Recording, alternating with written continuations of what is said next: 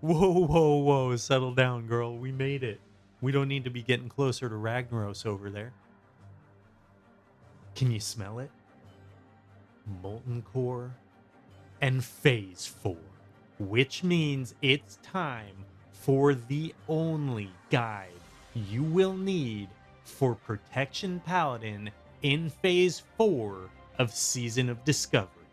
This guide is guaranteed to get you through any content in phase 4 as a Paladin tank in Season of Discovery. Now, since these guides get the most exposure from any of my other videos, I want to take the time to say thank you for everyone who has followed our journey since we stood up to the haters in Phase 2 and released our Deep Protection Paladin Guide for Nomerica.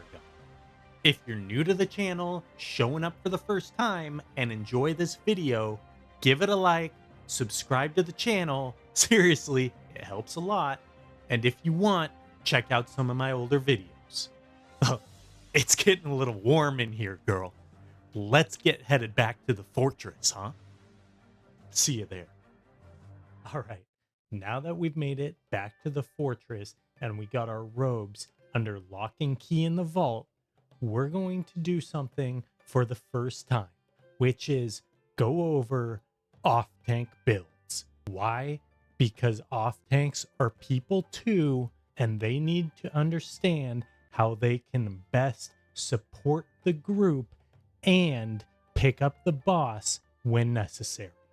We're starting here with our Deep Holy off-tank build. What this build does great is it allows you to off-heal with Holy Shock while you're not tanking, and also provide improved Blessing of Wisdom and get synergy with the new rework that they've given to Paladins where defense equals spell power. I'll be going over general rune setups a little bit later, but for this build, you want to consider running Aura Mastery on your legs, Infusion of Light on your belt, and anything else that you think can help your group in a particular fight.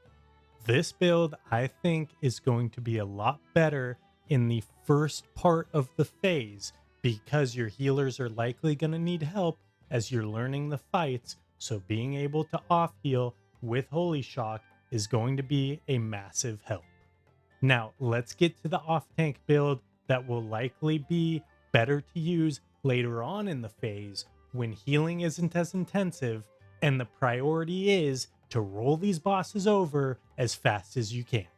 In this build, we're going to be going through Ret all the way down to 5 points in Vengeance. We're going to get Redoubt so we can wear Aegis, and Toughness so we can improve our armor, and then we're going to grab Consecration from the Holy Tree. This will allow you to pick up adds in fights and trash packs while having decent defensive value and still doing big damage. Alright, now that we got the off-tank builds done, let's head on over to the Bumblebee Tavern so we can grab a beverage and get hyped before we roll out for Phase 4. Alright, we're in the tavern, and I'll tell you what, every time I come here, it makes me realize I spend way too much time at the wine bar because this place is awesome. Now, let's get right into our Phase 4 Deep Protection Paladin build. We don't really need to spend too much time on this, do we? We all know what these talents are. We know what they mean. We know what they represent to Paladins in Season of Discovery who are finally being able to tank Molten Core and Blackwing Lair. We're going all the way down to Holy Shield, and we're grabbing Consecration, and then we're going over to Ret to grab Deflection. Along with the Paladin rework that I went over in a previous video, this build in theory is going to be a threat machine, partnering it up with getting Wings for added damage at the beginning of a pull, and Divine Steed, which is going to let us sprint into a pack and get threat before any of our greedy DPS start pumping the meters early. The future is looking bright.